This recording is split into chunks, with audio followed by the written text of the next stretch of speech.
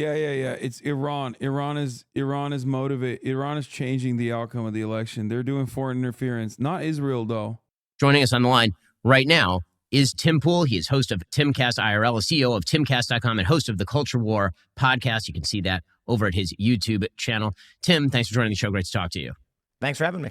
So there are two big stories that you are currently involved in. One wasn't enough for you. One of them is, of course, the very widely covered story about a DOJ indictment involving apparently Tenet Media.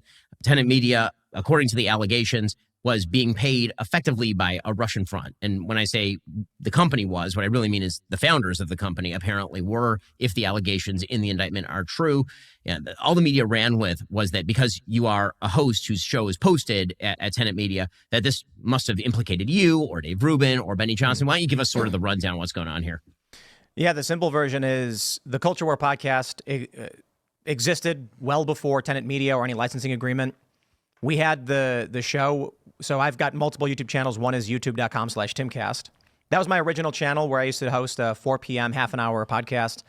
We switched formats because I have a couple channels. One was redundant. I have another one that's basically the same thing. They're kind of redundant. So we turned this one into a Friday morning live show about cultural issues. So it's a better crossover than Deadpool and Wolverine. Oh my God. Politics doesn't, come in relatively often, but we did one on dating. We did an episode on simulation theory versus Christianity and religion. So it's not an overtly political show. That show was licensed for principal broadcast, non-exclusive to Tenet Media. That's it. The show exists still to this day, and it will be at youtube.com/Timcast on Friday. I think it's fucking ridiculous that there's one of two options here. Either Tim Pool is the dumbest person on the planet, which, he kind of is, and he had no idea that, people wanted him to say anti-Ukraine, pro-Russia sentiment for $100,000 a week, or he knew he's still the dumbest person on the planet, and he took the money knowing full well that he was getting paid by the Russian government. Doesn't really matter which is the answer. I think it's still the second one.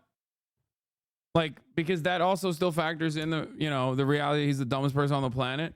But ain't nobody's like, oh man, I wonder who's paying me to say pro-Russian, anti-Ukrainian shit. $100,000 a week. So with this story, we're hearing that these allegations, it's kind of crazy. I mean, Lauren Chen, I guess she's been fired from the Blaze. I don't know a lot about what's going on. In fact, I think I only talked to her a couple times this year. For me, it was we had an existing. He's the real victim, by the way. He's just crying to his $400,000 a month payment that he got for being like, Ukraine is the number one enemy of America. It's like, bro, come on, man. I'm pissed, dude. I'm pissed. I would have done that. I can't believe all I've gotten for all my endless loyalty to Vladimir Putin. All I've gotten out of it is the Russian government calling me gay in a fucking military recruitment ad and $0.00. Okay? It's fucking bullshit. Fucking bullshit. God damn it, Russia. Fuck you guys. Show that a new show we had launched had been up for a few months. We hosted people like Vivek Ramaswamy on it, and we were preparing to engage in sponsorships, and they were getting hundreds of thousands of views per episode, and we decided, for the record, and I'm being for real 100% honest with this, the American government has seized the assets of Russian oligarchs and shit. They absolutely should take every fucking dime that he's gotten from the Russian government.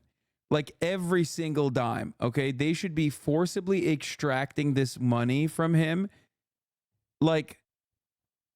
penny by penny, every penny accounted for, okay? However many thousands of dollars he got, hundreds of thousands of dollars, take that shit from him, okay? Even if you're not going to throw him in jail, that's blood money, right?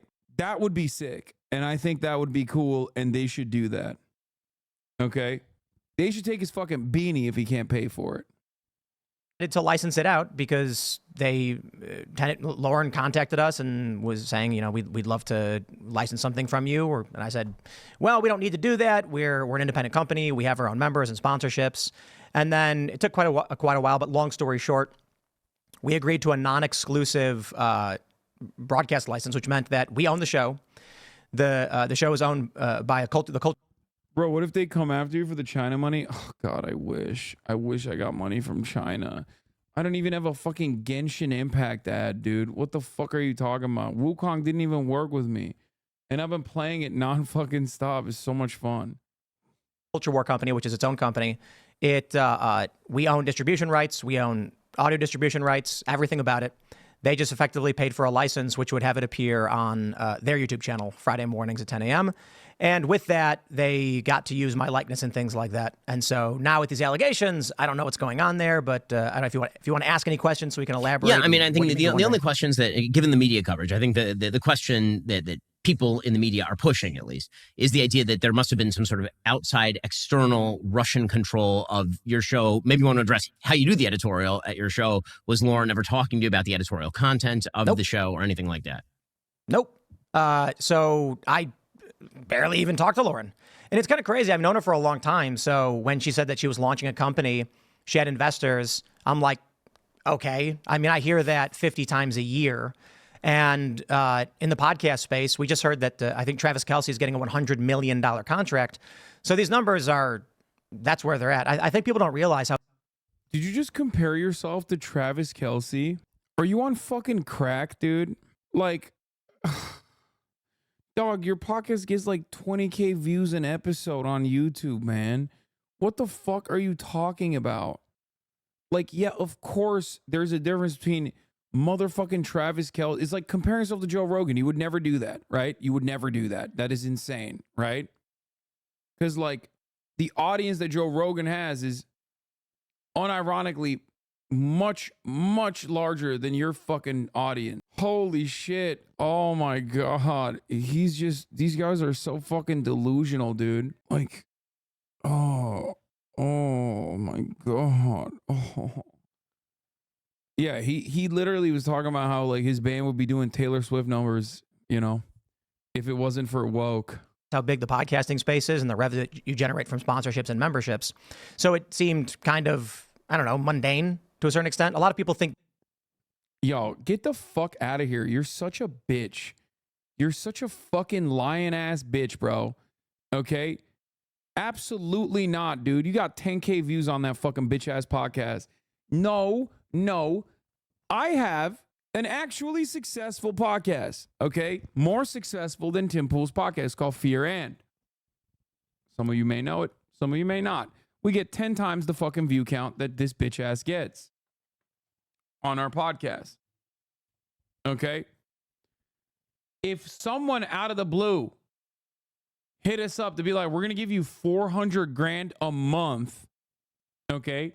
$100,000 a week, I'd be like, the fuck is going on? That's insane. That is fucking insane. Okay? You're out of your goddamn mind. What is this? If you're serious about pushing a Russian narrative for $1, check DMs Steve Seagal.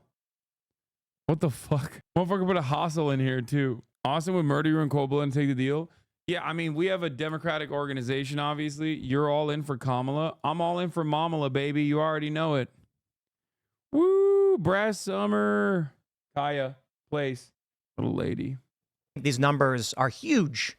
But yeah, so I don't know. Ask me again. I'm losing my train of thought. Yeah, no. I mean, the only question was basically whether you were in control of the editorial, and it sounds like you were. So, I mean, the Culture War show is a conversation show on various topics. The subject matter of the show editorially is there's no thought into it. We had been talking about hosting a show on religious debate and simulation theory and AI.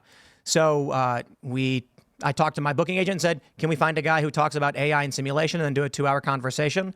That's the gist of it. That's how the show was produced. The first episode that actually appeared on Tenet was about skateboarding.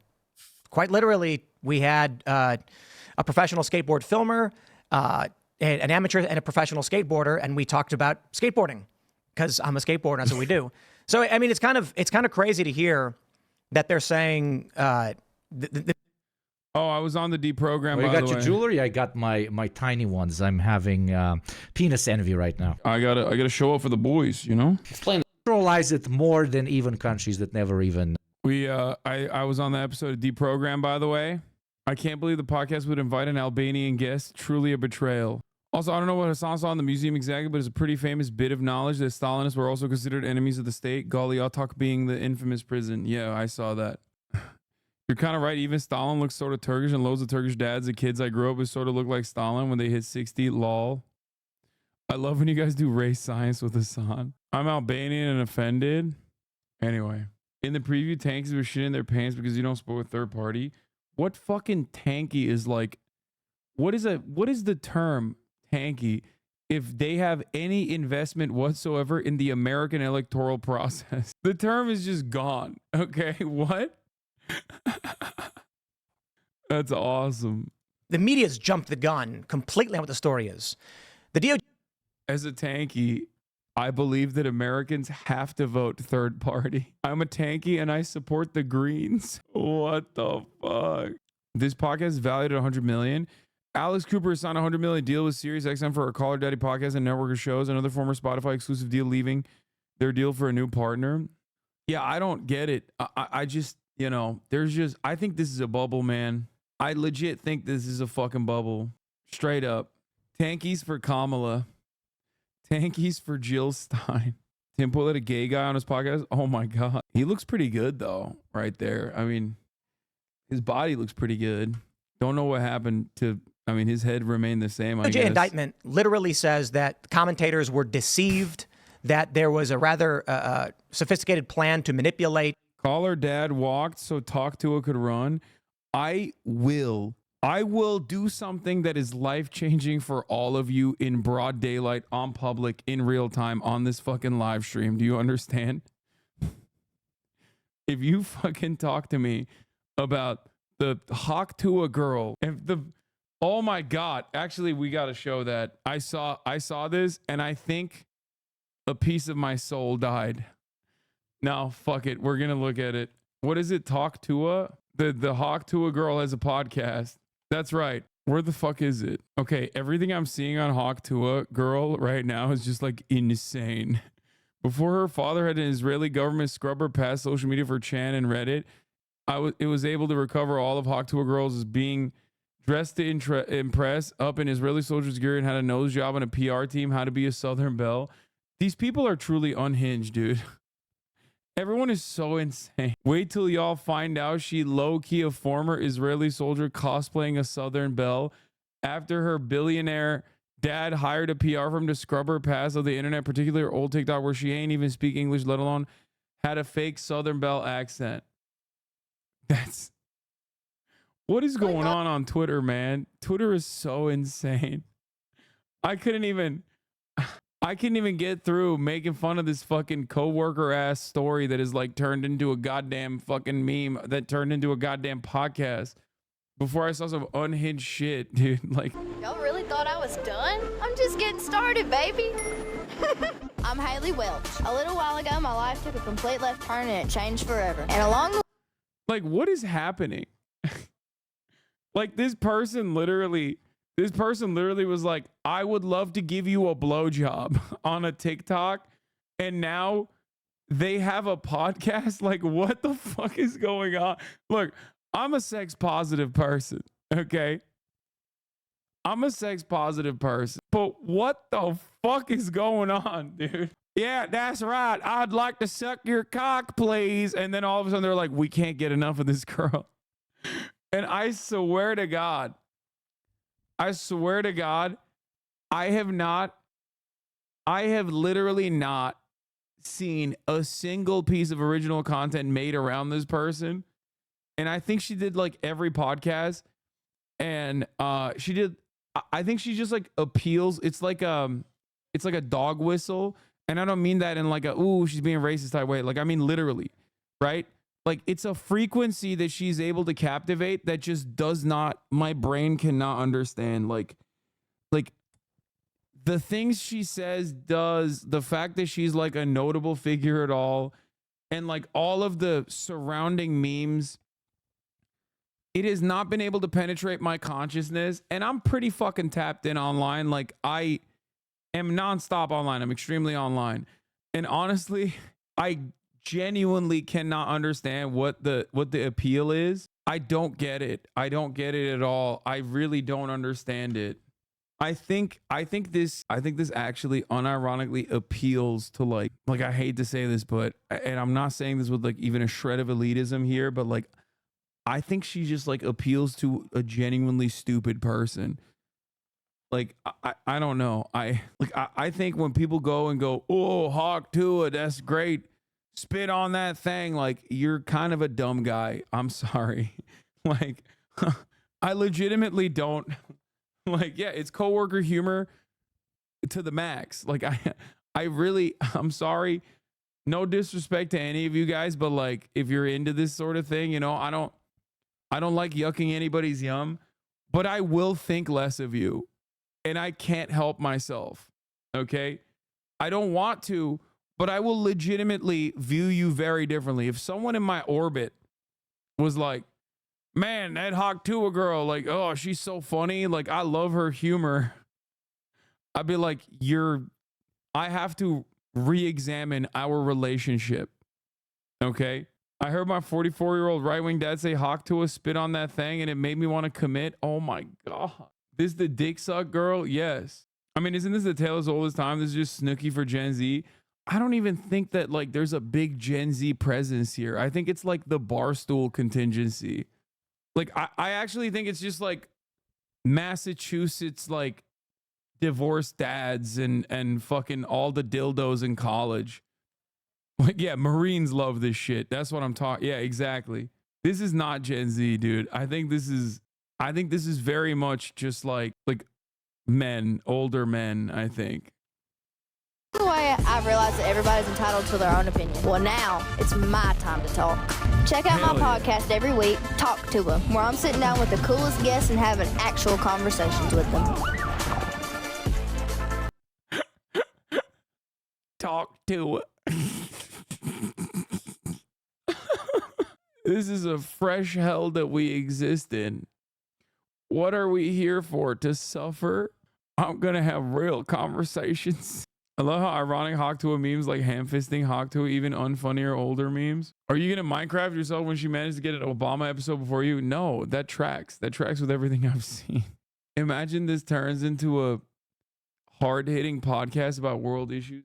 I think we're memeing too close to the sun. What about like how she's gonna be a senator in the future? That's like a future senator. Can you make it stop? I can't. What is this? Gonna be sick to my stomach? Who's this? Is that Northern Line? Israel needs to get Hawk to it.